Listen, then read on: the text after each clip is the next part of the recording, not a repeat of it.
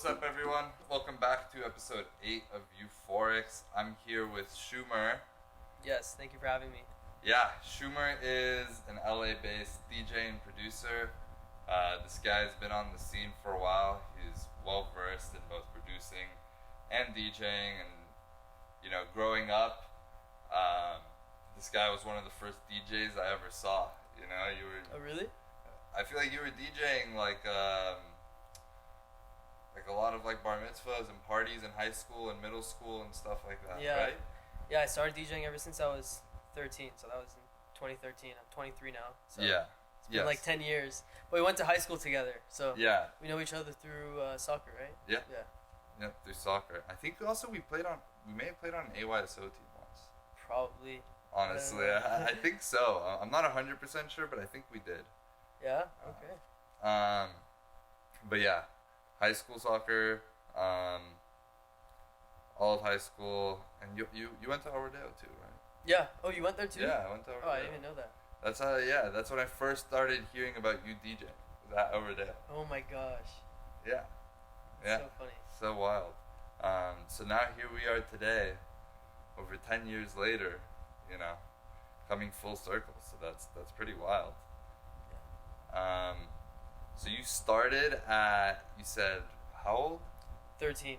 13. Okay. What was that like starting out? Honestly, I was listening to Skrillex and basically What everyone else was Skrillex and listening to. Avicii. Yeah. And I thought DJing was so cool, and anytime I go to party or bar mitzvah or anything, I would just watch the DJ. I thought it was so fascinating. And then I got this app on my computer. I think it was called Virtual DJ. Yeah, Virtual DJ. And then I was just playing around on it. I was watching videos on YouTube how to DJ. I had a couple people in my life that were DJs, and I asked them questions, and they helped me out a little bit. And then I thought I was good. I hope I was good. I assume. And then I got my first DJ set for Hanukkah. It was really? Pioneer DJ SB. Nice. And The OG. Yeah, and I got 2 KRK monitors. Oh, nice. Yeah, and then I asked my aunt if I could DJ at her party. She said yeah, and then I DJ'd. I honestly I don't remember how the night went. I'm assuming I wasn't that good, but I was just DJing with my DJ set, my 2 KRK speakers, and I don't know. And then I started getting booked at graduation parties and birthday parties, out of nowhere, because I think my mom told other people, and then I was charging just $100. Really? Yeah, and I was DJing probably once a month at first, and just with my KRKs. Wow. So they were small. Of course, but yeah. Then They're I realized studio monitors. But I was getting complaints I need to make it louder, and so I paid $400 for an Electro Voice speaker, and then basically just grew from there. Nice. And I was DJing every weekend for a while. Nice. So, when did you make the transition from, I guess, I don't want to say bedroom, but more party, bar mitzvah, wedding DJ to more club DJ, that type of DJ? Yeah. So I always wanted to I looked up to Martin Garrix and all these big DJs, and they're famous because they're producers. They make music. Of course. So I think it was 2015. I started producing. I downloaded Ableton, and I started making music. I had a lot of ideas in my head, but I couldn't get them down on Ableton just because I was so inexperienced. So I think the biggest thing for producing is just produce as much as you can, because the more you produce, the more comfortable you get with it. The more comfortable you get with it, the more fluent you are. Yeah. So it's easier to make the ideas you have in your head. Exactly, and just I always say for beginners, just go in there and mess around with all the effects, mess around with all the different sounds and buttons just to figure out what it does, because when you're first starting out and you see, words like envelope or attack and decay, you're like, what the fuck does that mean? Like, what's being attacked, Yeah. But then, you have to mess around with these things to learn. And yeah, you could watch YouTube videos for sure, but I think getting the hands-on experience and like working with it yourself is really what ingrains it in your brain. 100%. 100%. Yeah. Yeah, so I started producing in 2015. I think I released my first single in 2016. It was called Trumped. Because It was around the time Trump was running for president. I thought it'll be funny. I don't know. So I just had a song named Trumped, and I had Trump as a cartoon character as the cover picture. And then I released it on SoundCloud and YouTube. And it's still there if you guys want to check it out.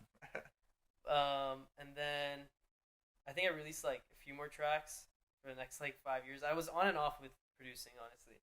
I was just so busy with school.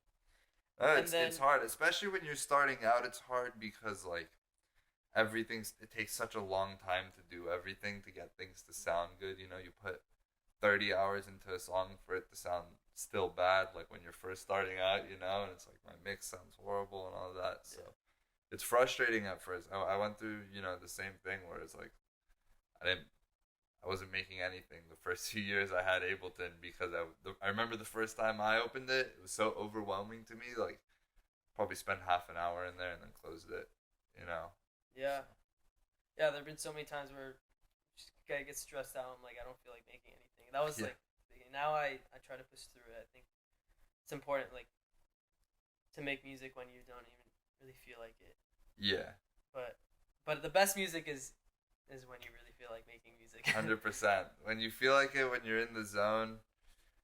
I always feel I have to be driven or inspired by something. I do that. Yeah. Usually something that happens in my life, whether it's good or bad, whether maybe I went to a good show or maybe, I don't know, something bad happened to me. I got injured or something like that. And I need like an outlet. That's when I feel like I make my best music. Yeah, I feel like I make my best music when I come back from like a music festival and I get like so inspired, like, because I think of myself like on the stage. I'm like, I want to be like that. So then I just have a bunch of ideas coming in my head. I think it's like an excitement thing. When I'm excited for something, I go in the studio and I make some magic, I guess. But yeah, so I started producing in 2015, but I think the transition from like event DJing to like more of an artist was during COVID. Because when COVID hit, I had a lot more time to make music, and I started having people come to my studio, and obviously I had to stop DJing at parties during that time. So that's when I released. That was when I started officially releasing on like Spotify and Apple Music as an official artist, and it's been going well. I'm still at the beginning of my career. I have a lot to go. Oh, DJ, I mean, we're both so young, and like we have so much time, and you have so much time to hone your skills, meet new people to work with, release more music. Yeah. Not everyone needs to be Martin Garrix. Or not everyone, I think he released, what's his song? Animals, when he was like 16 or something. Yeah. Someone said that. He was 16 when he released Animals. Like, that's crazy. Imagine being 16 years old. But then there's also DJs, who get famous in their 50s. Yeah. Or 40s. I mean, Carl Cox, he's been famous forever, but he's still in his 50s, and he's probably the most famous he's ever been now, if I had to guess. Like, right now? I don't know.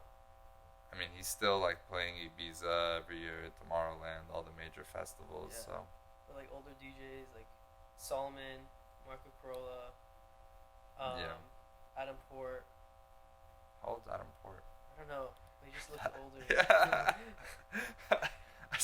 I swear I thought he was like 30. Yeah, I don't know. Did you hear? I don't know if it's true. He's so good though. I was on TikTok and I was just scrolling through TikTok and I saw two guys from Kai Music, and me and Rampa. Yeah. Apparently they're engaged. I saw they were like making out on stage, and someone told me they're engaged. Wait, I thought they were just hugging on stage. No, they're fully making out on stage. Nah. Yeah. Interesting. Yeah. I did not know that. No wonder they always seem so separate from Adam Port. I had always wondered that. Maybe I'm wrong, but it always seems like they're vibing and he's like mixing or something like that. Yeah, honestly, I think so too. But yeah, I saw that video, and then I think someone sent me a picture. It said like me and my fiance or something like that. Wow, good for him, dude. Good for them. Yeah. That's awesome. I had no idea though. Yeah, I was very surprised when I saw it. I'm like, well, I didn't know. You know, Blondish used to be part of a duo, and with another woman who she was dating. She's married to another woman, right? Yeah, she's married to, I think, an Israeli woman.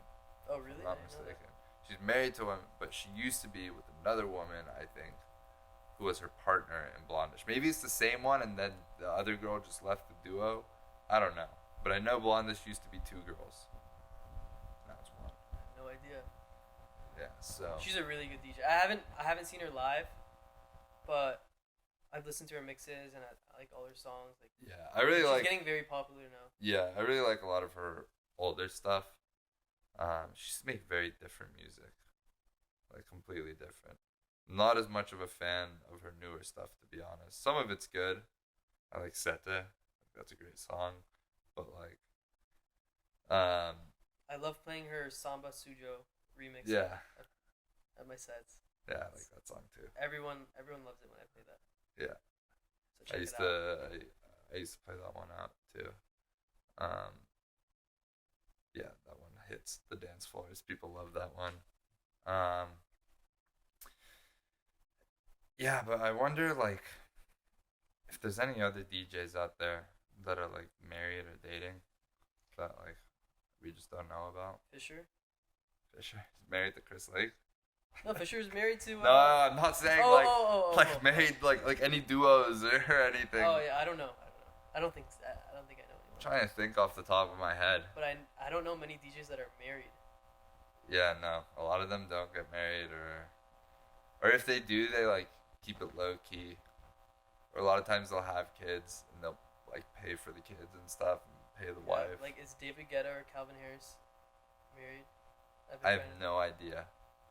I know David Guetta has a kid, but I don't. I feel like when you become like a really big DJ and you're touring, like it's almost impossible to like. It's impossible. You tour like I feel like most of the days out of the year when you're that big. Yeah. So I don't know. It's impossible. Unless they want to go on tour with you, but who wants to do that, you know? How's a kid gonna go to school if he's on tour? Doesn't make sense. Not sure. So yeah, you know, there's definitely sacrifices to being a big DJ, you know? It's, when people get big, they have to sacrifice a lot. Sacrifice a normal life. Like this guy Solomon is like, I don't know how old he is, but dude's just partying every fucking night, like non-stop, doing like 12-hour sets all the time. Like, yeah, he sacrificed everything but that, you know. There's nothing he is. Nice. Yeah, it must be. I don't know. I don't know if I would like that. Yeah. Yeah, I don't know. Dude. I would like it to an extent. Who knows? Maybe when I exactly. when I get to that level, like exactly, you know, it's like think it's cool anymore. I don't know. From my standpoint, it's like, would I rather be doing that than what I'm doing right now? 100%. But like, do I want to do that for 40 years and have, you know, no family and no, and health issues too? A lot of them have health issues, bro. I think there should be like a balance, like maybe like summer tour, and then during. Yeah, exactly. But you can't get big doing that. Yeah, I know. No, I'm saying like when you are big and you're like 50 years old, like Solomon. But no, I'm just thinking my ass off. Or maybe you get to that. If I got to that point, maybe start like a record label or an events company and have that be like the main form of income and step away a little from like actual DJing behind the decks. Maybe do more producing. Cause like a lot of these guys, like think about Kind Music and Black Coffee and stuff like that, they started producing for like Drake and like rappers and singers and stuff like that. It's like, cause there's so much more money in that, you know. If Yeah. if they can get a track signed to like OVO or anything like that, or one of those rap labels, like shit ton of money for them. Really? Yeah. For sure. Yeah. I think they're making most of their money from touring, right?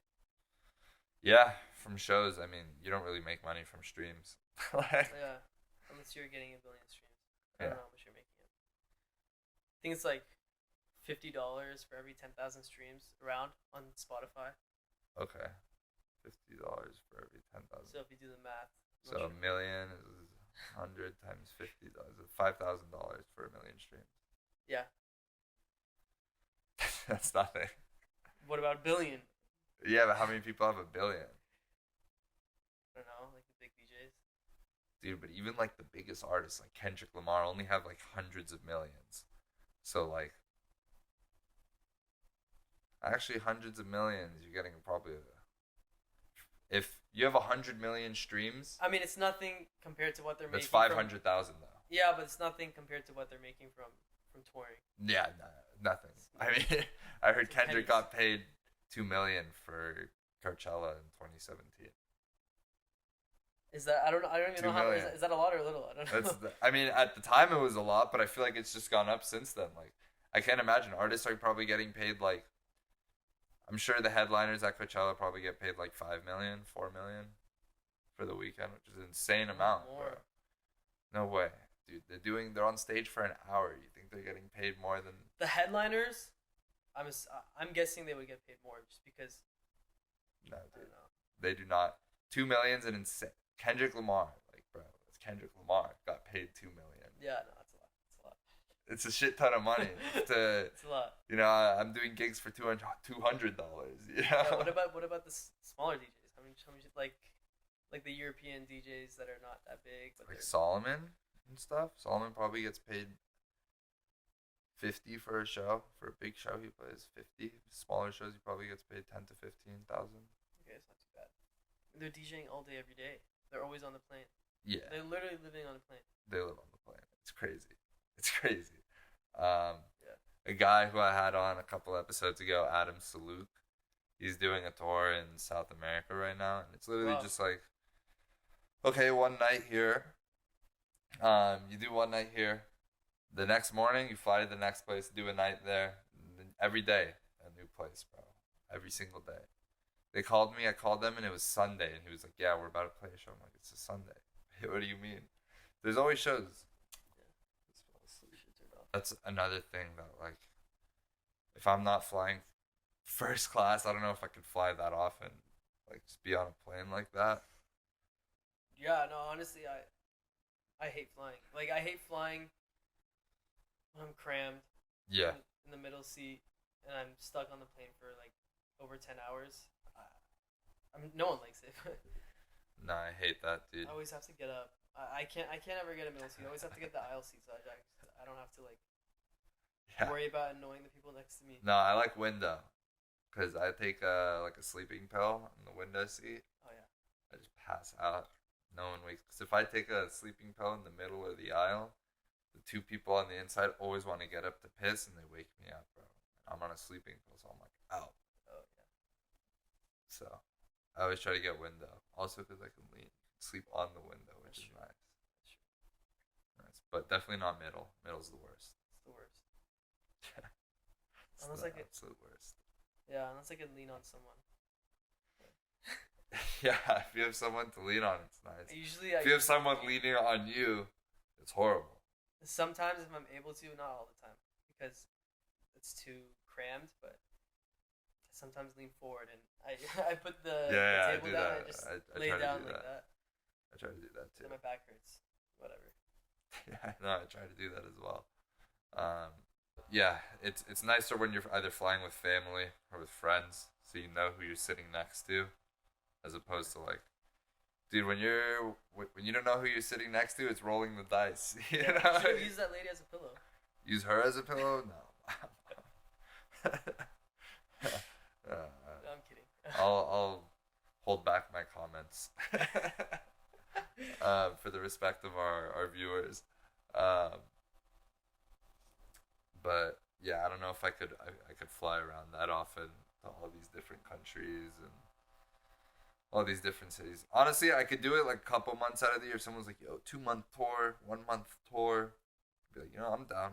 Do like one city every night for a month. Like that sounds crazy, but these guys are doing it like 8 months, 9 months out of the year.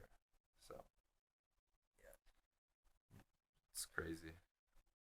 But yeah, I'm hoping I'll get to that level soon. Just Yeah. life gets in Hopefully. the way, you know. Yeah, I think yeah, I think you have a pretty good shot. You were just playing shows in Israel, right? Yeah. So where did you play in Israel? This year I just played at Rabbit. It's Nice. like this. It's a popular club. It's small, but it's usually like it usually gets packed, and a lot of people there were from LA. Yeah. And then so it's like I had a lot of like younger like 19, 20 year olds that were from LA. Like birthright kids, kind of. I don't know. I don't know. Yeah. Probably. And then I had like 30-year-old Israelis.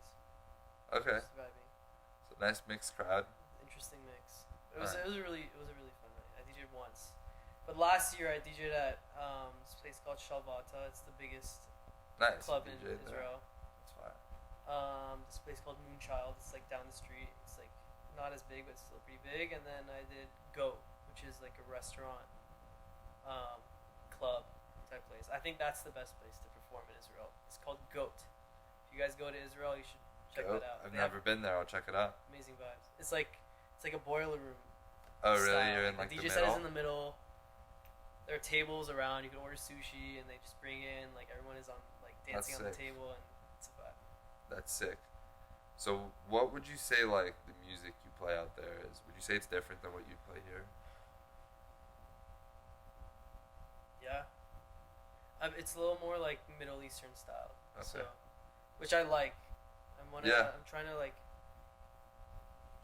trying to like figure out my own sound. I have like my sound that I have for like my for the songs I produce, and then like my sets are a little different. They're a little. I feel like they're a little more chill and laid back. Um, and then like I surprise the crowd with like Yeah. you know you they're hit more 'em like with vibey sets, but they're fun. Like, Nice. you could dance to them too. Nice. That's good. I also try to incorporate like Middle Eastern sound definitely into my sound. Um, always staying true to your roots. Yeah. But that's cool that you're doing that. I feel like so your song Stereo Love, it's not quite Middle Eastern, but it's like Balkan almost that sound. So it's like almost like Eastern Europe kind of, which sounds very similar to the Middle Eastern. So I think that was a good choice for sure. I think that's probably like that type of melody would be aligned more with like what you're saying the Middle Eastern style is. I don't know if you would agree. Yeah, I don't know. I feel like my style is. I don't know. It's like kind of like my own style almost. Yeah. But it's like I would say it's more European. Yeah, out here is very much like a tech house here a little bit more. Yeah, I feel but like it's like transitioning to. Yeah. I have a theory. I don't know if it's true, but the music trend starts in Europe, and then it ends up here. yeah, for sure. For sure. Right. Okay. For sure. But actually, so yes, but I think actually like house and techno originated in America, and then made its way to Europe, or at least house originated in America, made its way to Europe. But I think now it's like they were more accepting of it as a culture. Like it stayed super underground in America while it kept blowing up in Europe, and as it continued to blow up in Europe, people started to form different styles, different genres, all different mixtures of genres as well. And like now it's like there's almost no genres in Europe because everything can be anything, It's just like it's hard to classify music in genres now because it's like grouping people together who oftentimes don't even sound the same, you know. So it's like I could call you melodic house or melodic techno, and then someone could go listen to like Art Bat, and it would sound totally different than the music you make, or something like that. Yeah, it's true.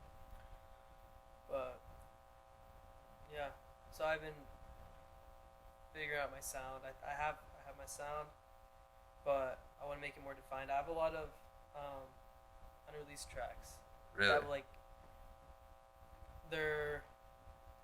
I think if you listen to them, you will notice that I have my own sound. Like it kind of like I have a few of them that sound a lot like disoriented, and then like some others that sound like similar. But I use some like elements that are used in all all the songs. But a lot of my songs are more like they have like a very like they're melodic and then it gets like dark.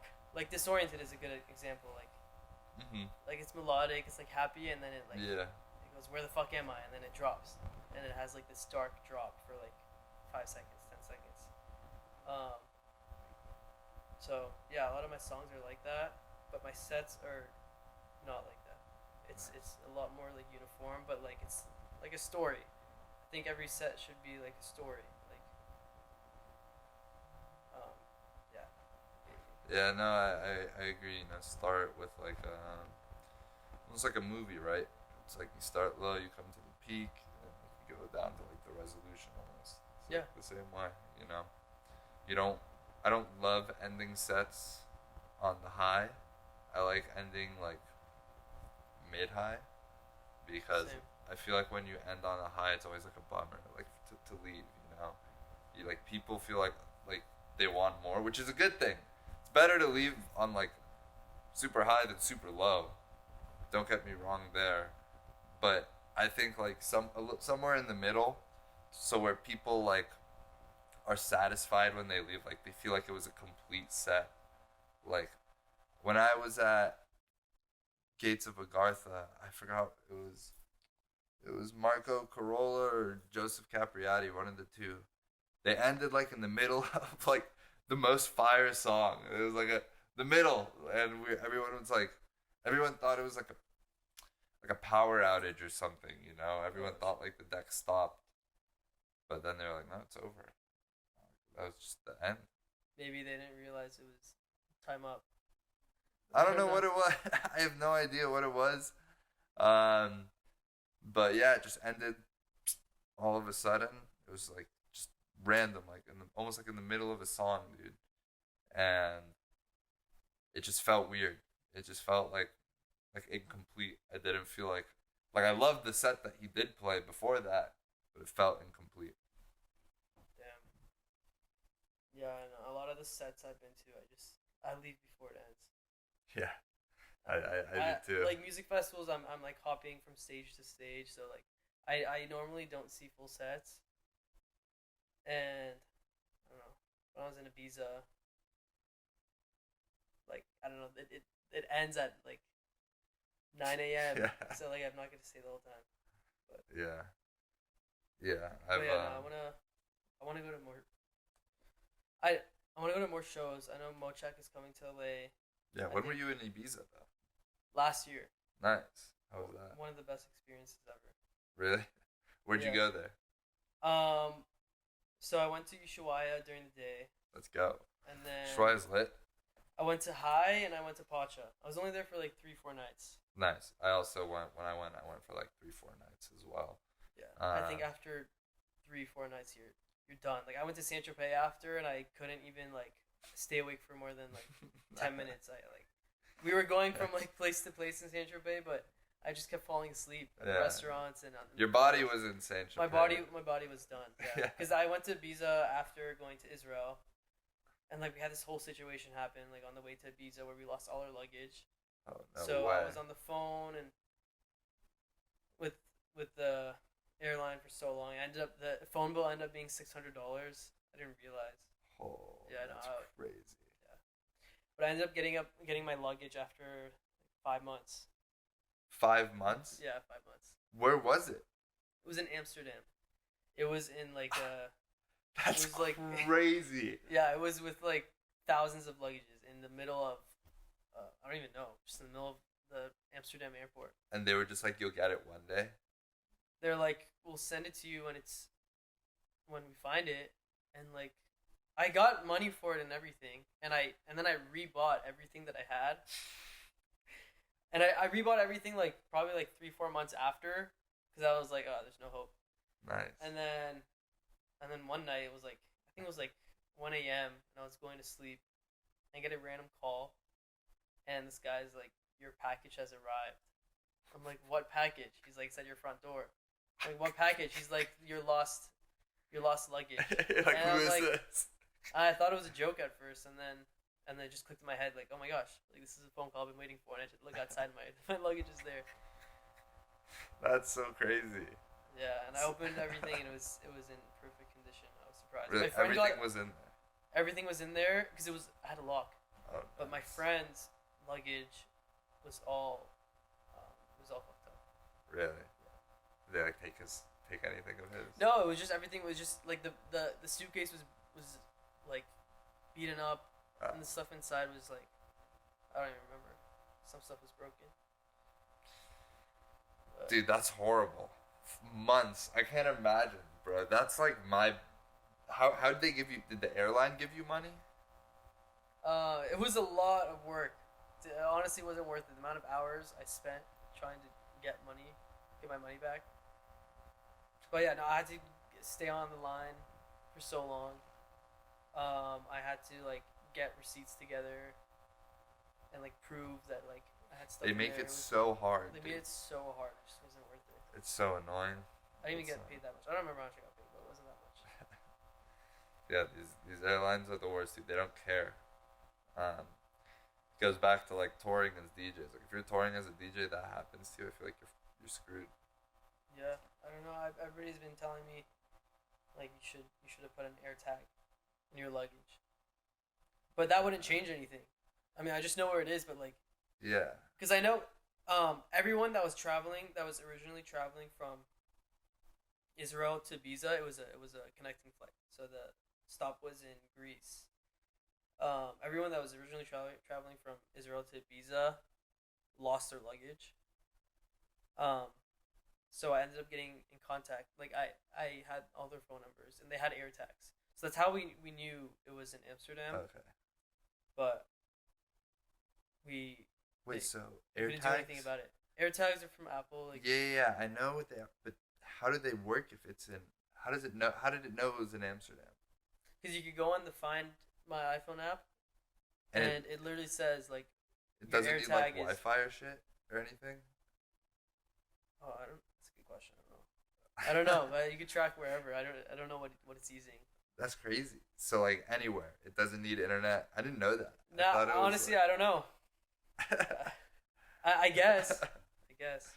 Yeah, I'm gonna have to research that after this. So you want to talk about a little bit more? I know you mentioned you have some tracks coming out that you've been working on. You said you have a bunch. Do you want to share anything about them, or?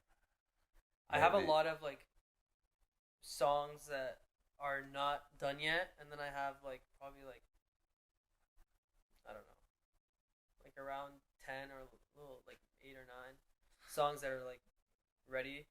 That's a lot. Like I plan on changing now. Yeah, of course, always. Because I've been holding on to them for so long, and I'm trying to rebrand myself, and I did, and I'm working with the graphic designer that helped me rebrand my brand for future releases, but I think something happened to him. I don't know what happened. He's from Brazil. Okay. I'm not gonna say his name, but he works with like famous DJs like Vintage Culture. Nice. And he just totally stopped responding. This is recent. This is like it happened a month ago. Like he stopped responding. He stopped posting. He's not answering anybody. Jeez. I owe him money, so like it doesn't make any sense for him to stop. Honestly, I don't know if he's in jail or he's dead. I don't know. So I'm kind of like waiting on him, and if he doesn't respond, if he doesn't get back to me within the next couple of weeks, I'm gonna find someone else. So you're waiting for the rebrand to kind of release that stuff? I already kind of rebranded everything. Like everything has like a white theme with like a purple tint, purple like pop color, and black text, and everything is has like a it's kind of like it's a spiritual rebranding. I could get into that too. Why I chose Dude, those gotta colors. get into it. Gotta get into it. I want to hear it all. Yeah, so basically SHUMR is my last name, but I spelled SHUMR differently for my artist name. I spelled it SHUMR for my artist name, just because I thought it was cooler and I thought it looked cooler, and just for privacy reasons, in case one day I get big. But SHUMR means to guard or protect. Yeah. It's like a Jewish SHUMR. last name. Yeah. SHUMR. Means to. That's what my dad told me. To guard or. Yeah, that's protect. what that means. I think that's what it means, right? Okay. SHUMR. And then I was thinking about this like one before right before I rebranded, or when I was planning on it, and I was thinking, okay, what can I do? So then I thought of an angel. Okay. I was like, oh, angel like guards and protects people. Yeah. So that could be like my main Oh, thing. that's So then sick. I started. This is like before. I think I first used that angel in my song Awakening. Okay. So that's when I started wanting to like represent, Okay. like use the angel in my songs. And then I released Disoriented, and it has the angel, has the same angel, but it's disoriented. It has like a what's it called? Something over the eyes. And I had it all white. So I had that idea that I wanted to have all white, and then I would wear all white. So if you look at my pictures, like on Spotify or Apple Music, like my main pictures I'm wearing that like white linen button down.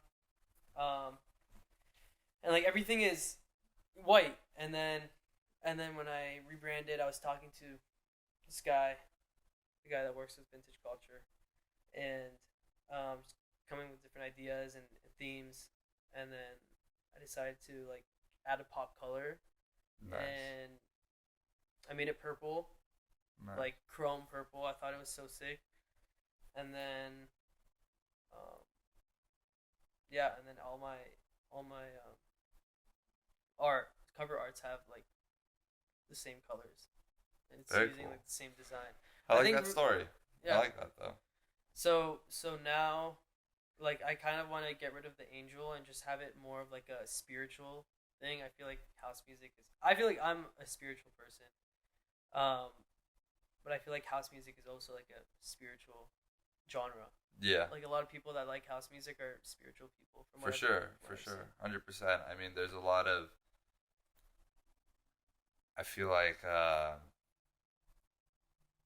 the repetitive elements almost are like tribal, in a sense. Like the fact that it is like so repetitive. Like if you ever see like videos of like Amazonian tribes, Native American tribes, African tribes, like one, they're always using a lot of percussion, like house music is. Yeah. So it's very percussion based. Another thing, it's rhythmic, right? So they're like repeating, these rhythms over and over and over, which is very similar to house music. Right. Just very rhythmic, very percussion based. I won't say that all of them use 4/4 timing, but because probably most of them didn't use 4/4 timing, but there is that connection between like the spiritual and like the house music culture. And I also think, I've talked about this before on the pod, like that's also kind of why drugs and like the EDM scene kind of for a lot of people it goes hand in hand. I mean, it's associated with like rave culture is associated with like taking drugs. I also think that spiritual people also like psychedelics. Psychedelics, and like people don't do. I guess at rock concerts people do psychedelics and stuff, but not really at like rap concerts. Oh. I see it more with like house. Yeah. And, Yeah, I see it more at house at rap and concerts. People are generally just drinking and smoking. And cocaine. Yeah. Yeah, probably. Yeah, probably cocaine as well. But I think that's just everywhere. That's Yeah. all genres of music other than like classical. But yeah, there is that tie between the spiritual and house music, and especially once you get to like lower BPMs of house music, we'll have like people throw like shaman vocals chanting over house music. So Yeah. And a lot of it's like cool. the Middle Eastern um, style house music is sounds very like Mm-hmm. spiritual. I don't know. How Yeah, to put it into does. words. It does. You'll have like the vocal like in the background. But yeah, so very cool, very cool. Yeah. And a lot of my songs, especially my unreleased songs, um, I try to like be not secretive, but like try to hint like certain things. So I'm like hit it like I like name the song like for example like one of my next songs it's called Reincarnate. Nice. So like it's all like deep like afterlife style like stuff that I hint and then I like might put some like I have another song that I put like a Hebrew chant in the back. Nice. You barely hear it and then you hear it loud in the end. I have one that does that too. It's sick. Because there's not a lot with the Hebrew chants. They're always in other languages. Yeah. It's always like either Arabic or Spanish or some African language. Never Hebrew. Yeah, so I wanna keep doing that, and I feel like a lot of people are like becoming like more spiritual, and a lot of stuff from quantum physics is proving a lot of this stuff that spiritual people have been saying. So I feel like it's like growing. Yeah. So like I'm trying to Like the alternate dimensions, infinite yeah, dimensions, stuff like that. Like if you look at like stereo love, you can see these numbers in the back. The reason why I put that, I put like little things like that, but the reason why I put that is because like you might be living in a simulation. Yeah. So I want to keep doing stuff like that. That's the code for our simulation. I don't know. It's just like codes, like not like I love that. No, I love that, it's bro. It's not like we're living in a code, but like, or maybe we are. I don't know. No, we don't. No one knows. No one knows. But I love that, dude. I love that. I love that you're sharing that on here because only your real fans are gonna know that about you now. Only the real fans, the one who are gonna tune into this. Yeah, but I think it's more of like an abstract thing. Like that's why I put it, but you could see it as something else. Yeah. So, open for interpretation. Yeah. Do you have any shows coming up? I don't have anything booked right now. I story of my life.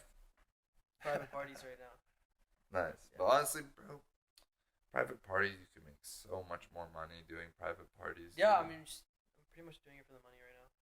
You make so much more money. Like, someone was telling me about this DJ who does like every Persian wedding. Have you heard of this guy?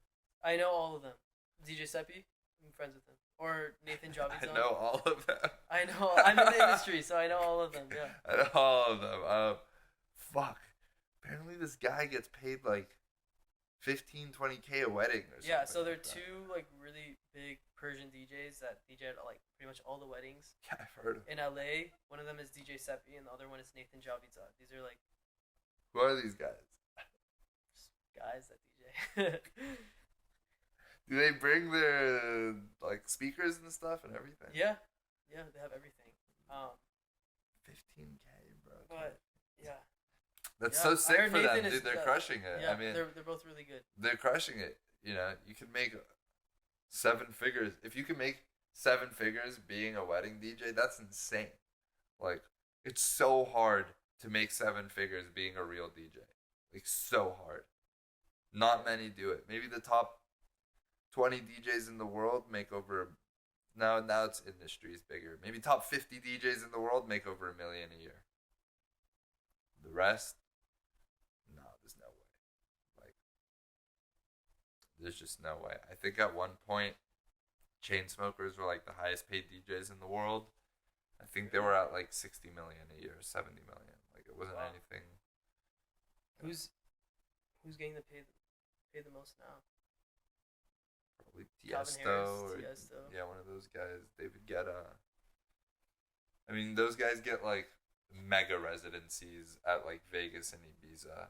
And they just fly back and forth on private jets between the two.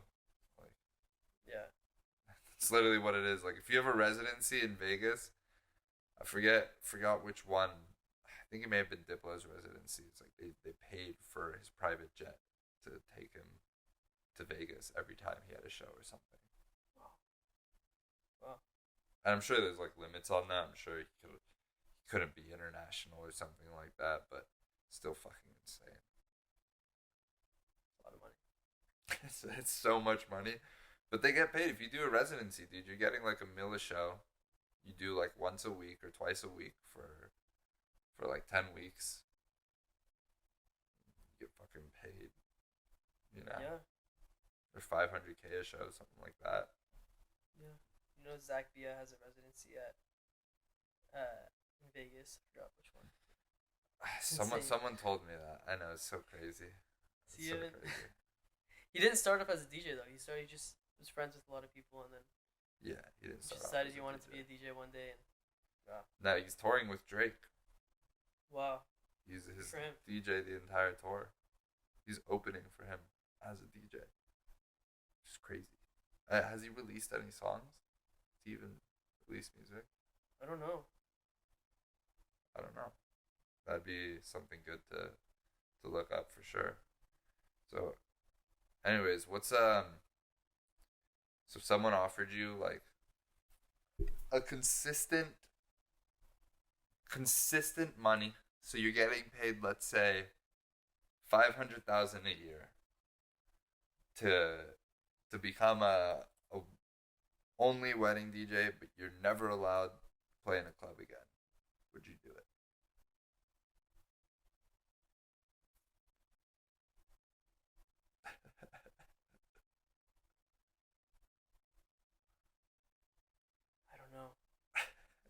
I don't know.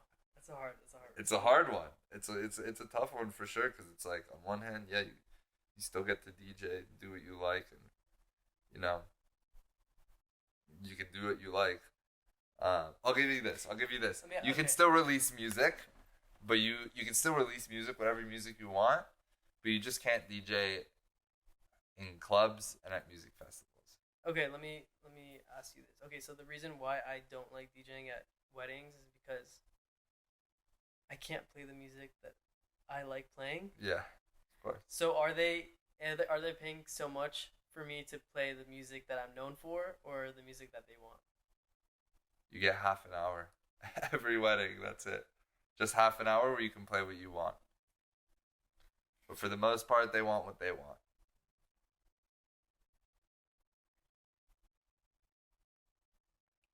You do it? Probably. Yeah. Honestly. But I mean, am I still getting streams on my music and people are hiring me because of my music? Then yeah, for sure. Yeah, I think I would too. Yeah, I know people that are hiring Zed at their weddings. That's insane. Yeah. That's actually crazy. How much you have to pay to get Zed at a wedding? I don't know. Because those guys also always upcharge for private events. They upcharge the fuck out of private events. Like these are Persian billionaires. Persian weddings.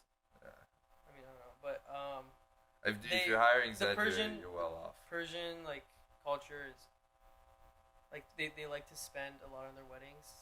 That's why these DJs are charging a lot more, because they know that they're willing to spend whatever to make their daughter, son, have the best wedding ever, best night ever. So I went to this Persian party last weekend. It was some guy's 30th birthday party. Did you hear about this? He may have been Israeli. He may not have been Persian. I don't know if he's Persian or Israeli. But it's like most insane party with Ferris wheel, with like a stage, and DJs, and bars, and in and out, and everything. It's crazy. For this guy's 30th birthday, there's like 1,000 people there. Wow. But yeah, They like to have big parties. They definitely Persian. I remember the Persian bar mitzvahs. Those were all, bar mitzvahs were the biggest flex. That's a flex for sure. I've been to 1,000 bar mitzvahs. Yeah, yeah. Bar mitzvah is like whoever had the craziest bar mitzvah, like you could flex that for like at least 5 years. You know? That shit was funny as fuck. Anyways, man. It's been great having you on. Thank you for having me. Yeah, of course. I'm so excited to hear the new music you have coming out soon. And I'm excited for what's in store for you, you know. Getting more gigs, playing around the world, releasing more music. So you've already done so much. You've already had so much success. So much success we haven't even talked about on here. You know, like, fucking, I remember when Beatport posted your track. Oh my gosh. Crazy. Yeah, I woke up that morning. I remember like the day or like 2 days before it went viral. That video went viral on like the techno pages. And so basically it was a video that had it was like a bunch of like people what were they doing? Not what's it called? Rollerblading in I think Turkey or somewhere. And they used my song in the background. It went viral. And then one day I woke up and I saw Beatport posted it. It went viral again. And I just remember waking up and so happy. And then like a week later, I woke up on my birthday, and I saw Martin Garrix added my song to this playlist, and I'm like, I made it. Really? I didn't even know that happened. That's crazy. Martin Garrix added your song. Yeah, the fact that I even got recognized by him was like, I was so happy. That's so awesome, dude. I mean, that's very something worthy to be happy about. Yeah. You know. And then when I met him in Ibiza, and I told him the guy that made that song, he was so happy to see me. Really? No way. Has he played it out? No, I don't think so. I haven't seen anything. But That's sick. I've seen like some DJs play, like not live, but I've seen like videos of other DJs playing it. Like tag me. Oh yeah, that's awesome. Yeah, I can't believe we almost went this whole time without even talking about that.